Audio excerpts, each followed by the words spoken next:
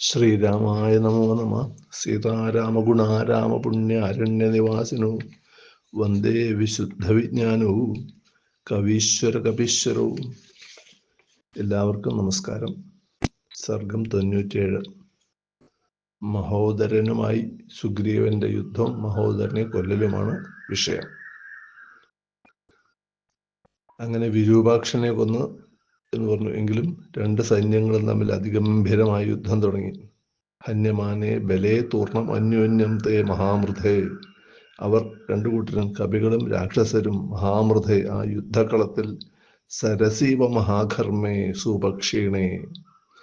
വേനൽക്കാലം വരുമ്പോൾ രണ്ട് കുളങ്ങളുണ്ടെന്ന് വിചാരിക്കുക. അടുത്തടുത്ത് രണ്ട് കുളങ്ങളുണ്ട്. വെള്ളം നിറഞ്ഞു നിൽക്കുകയായിരുന്നു. ഒന്നിനോടൊന്ന് മെച്ചം എന്നുള്ള മട്ടിൽ അങ്ങനെ നിൽക്കുകയാണ്.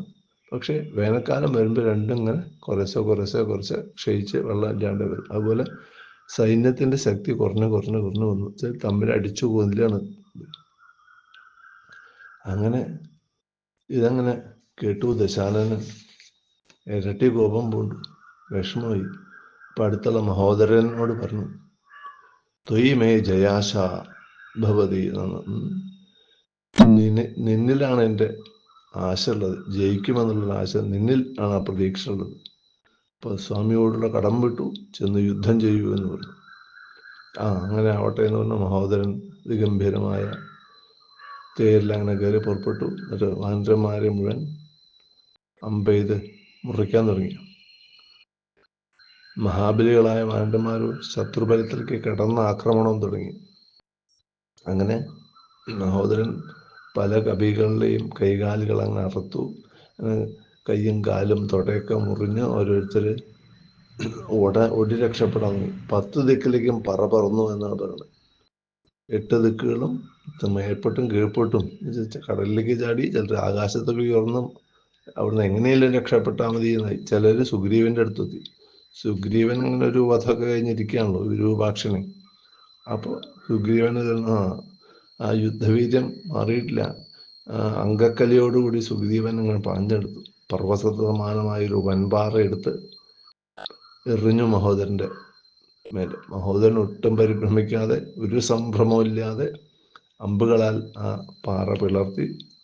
ആ പാറക്കഷ്ണങ്ങൾ അങ്ങനെ ചിതറി വീണു. എങ്ങനെ വാൽമീകി വർണ്ണിക്കുകയാണ്, കഴുകന്മാരുണ്ടാവും ചിലപ്പോൾ കഴുകക്കൂട്ടങ്ങൾ ചിലപ്പോൾ തമ്മിലടിച്ചിട്ടോ അല്ലെങ്കിൽ വേറെ എന്തെങ്കിലും തമ്മിലടിച്ച് അല്ലെങ്കിൽ വല്ല ഇടിമിന്നലേറ്റിട്ടോ അങ്ങനെ ഒക്കെ കൂടി പടപടാന്നങ്ങനെ വീഴും. ആ മാതിരി ഈ പാറക്കഷ്ണങ്ങൾ മുറിഞ്ഞിട്ട് കഴുകക്കൂട്ടം പേടിച്ചരുണ്ട കഴുകക്കൂട്ടം വീണ മാതിരി വീണു എന്നാണ്.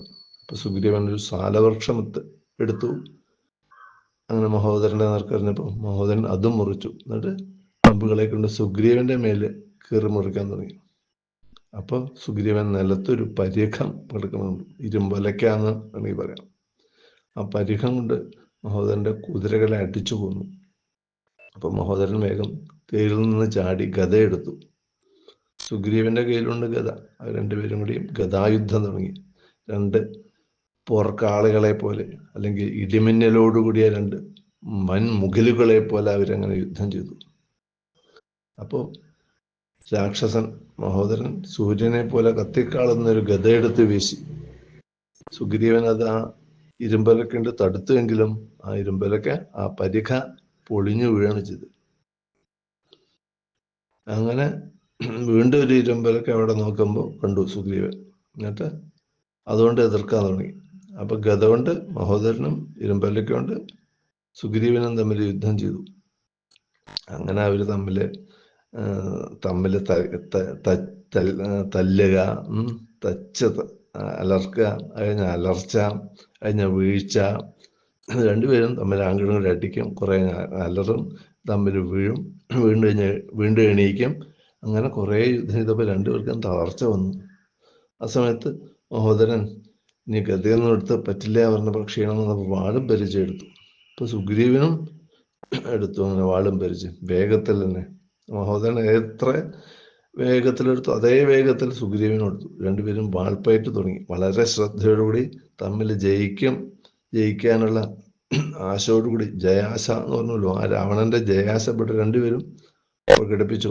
തമ്മിൽ ജയിക്കാൻ വേണ്ടി രണ്ടുപേരും വളരെ ശ്രദ്ധയോടുകൂടി അംഗക്കലയോടുകൂടി അങ്ങനെ വാൾപ്പയറ്റ് തുടങ്ങി, വലം ചുറ്റി അങ്ങനെ വാൾപ്പയറ്റാൻ തുടങ്ങി. അങ്ങനെ സമയത്ത് മഹോദരൻ സുഗ്രീവന്റെ പരിചയയിലേക്ക് ആഞ്ഞു വെട്ടി. ഇപ്പൊ പരിചയ തകരുന്നായി. പക്ഷെ ആ പരിചയ ആ മഹോദരന്റെ വാള് സുഗ്രീവന്റെ പരിചയിലൊന്ന് ഉടക്കി.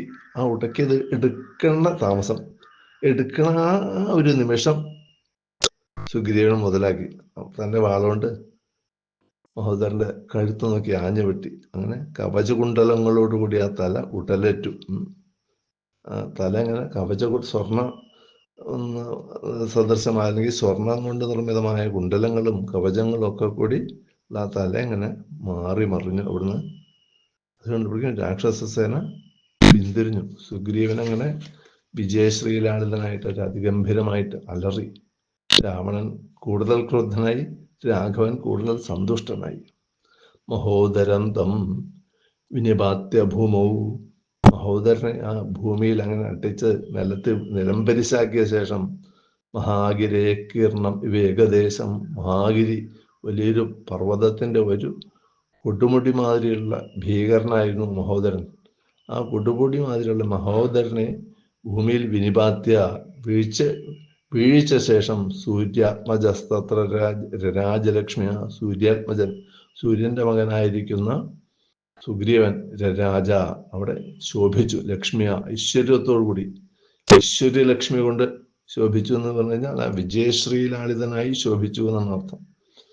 ഇങ്ങനെ സൂര്യസ്വതേജോഭിരിവാപ്രദൃശ്യം, തൻ്റെ അച്ഛനെ പോലെ തന്നെ ശോഭിച്ചു. സൂര്യൻ എങ്ങനെയാ സ്വതേജസ് കൊണ്ട് ചില സമയത്ത് അങ്ങനെ സൂര്യനെ തടുക്കാൻ ആർക്കും പറ്റില്ല. ഒരു നക്ഷത്രങ്ങളും ചന്ദ്രനൊക്കെ സൂര്യൻ വന്നു കഴിഞ്ഞാൽ അവരുടെയൊക്കെ ശോഭ കെടുമല്ലോ. അപ്പോൾ അപ്രദൃശ്യ, ബാക്കി ആർക്കും അടുക്കാൻ പോലും പറ്റാത്ത അത്ര ശോഭയോടുകൂടി സൂര്യൻ ശോഭിക്കുന്ന മാതിരി സുഗ്രീവൻ ഇവിടെ ശോഭിച്ചു. സൂര്യാത്മജൻ സൂര്യനെ പോലെ ശോഭിച്ചു. അത് കണ്ടപ്പോഴേക്കും സുരന്മാര്, സിദ്ധന്മാര്, ചാരണന്മാര് ഇവരൊക്കെ ആകാശത്ത് നിന്ന് അങ്ങനെ ഇറങ്ങി ഭൂമിയിലേക്ക് വന്നു. സുഗ്രീവനെ നോക്കി പ്രശംസിച്ചു. ഭൂമിയിലുള്ള ആൾക്കാരും വാനരന്മാര് മറ്റുള്ളവരും സുഗ്രീവനെ അവരും പ്രശംസിച്ചു എന്ന് പറഞ്ഞുകൊണ്ടാണ് ഈ സർഗം ഇവിടെ സമാപിക്കുന്നത്. യുദ്ധേ ദശാസ്ത്രം ത്രിഭുവന വിഷമം വാമഹസ്തേന ശാപം ഭൂമാവഷ്ടഭ്യതിഷ്ഠൻ ഇതരകരധൃതം ഭ്രാമയൻ ബാണമേകം ആരക്തോപാന്തനേത്ര ശരദളിത വപു ഒരു സൂര്യപ്രകാശ വീരശ്രീ ബന്ധുരാംഗ ദശപതിനുത പാതു മാം വീരരാമ.